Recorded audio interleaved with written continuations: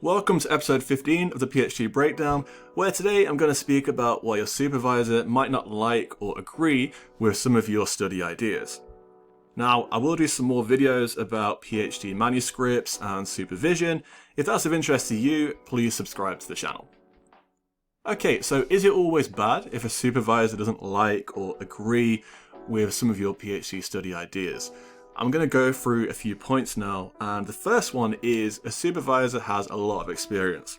I'm not saying they're always right, but they have a lot of experience. They have done tens, hundreds of studies in their career. They have developed through that experience a very strong critical mind, and they can spot flaws in research really well, typically better than a PhD student can. And you need to remember that a PhD supervisor's job is to help you become a better researcher. They intervene at the right time to help you develop a stronger study. So yes, it's very frustrating as a PhD student when you've put together your proposal or a few different study ideas.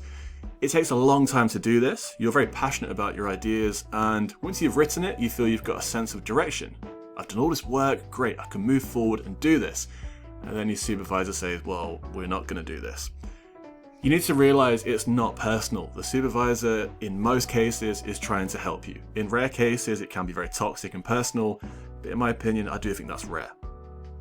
Secondly, you need to understand why the supervisor isn't really on board with your ideas. You need to ask these questions. Understand why they're skeptical. So keep it very simple. Just say, well, what are your concerns about my ideas?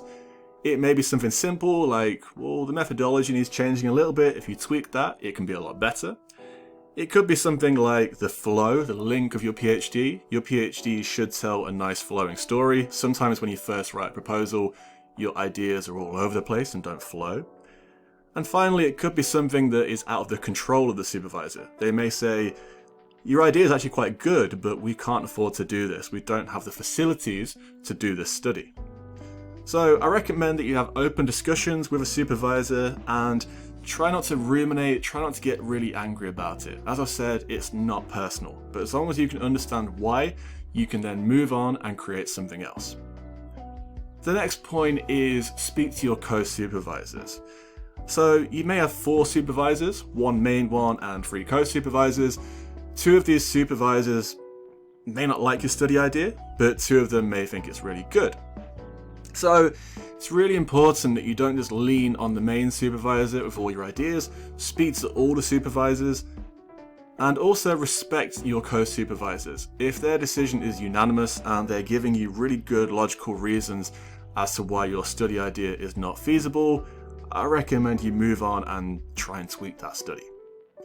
And finally, try and bring in some practitioners. If your PhD is applied, get people that work in the industry to help you put your study ideas together. This is one of my papers. It was in professional football, and you can see all these co-authors here, and some of them are very well-renowned researchers, but some of them are also practitioners who work in football every day. So for example, working in the Premier League and also working with the German national team. So I would recommend that you speak to people in the industry. Researchers see areas of work in a different way to a practitioner would see it. So make sure you get the opinions of both sides of the camp. Practitioners can really help you shape your research ideas in a different way to researchers, as I've just mentioned. And without practitioners on this paper who work in football every day, this paper would not have been as strong. Okay, I'll finish off now with the PhD breakdown. First of all, disagreements, challenging stuff with your supervisor is completely normal. I would not like a supervisor that just says yes to everything I want to do. I wouldn't really learn if that was the case. Secondly, you can challenge it though.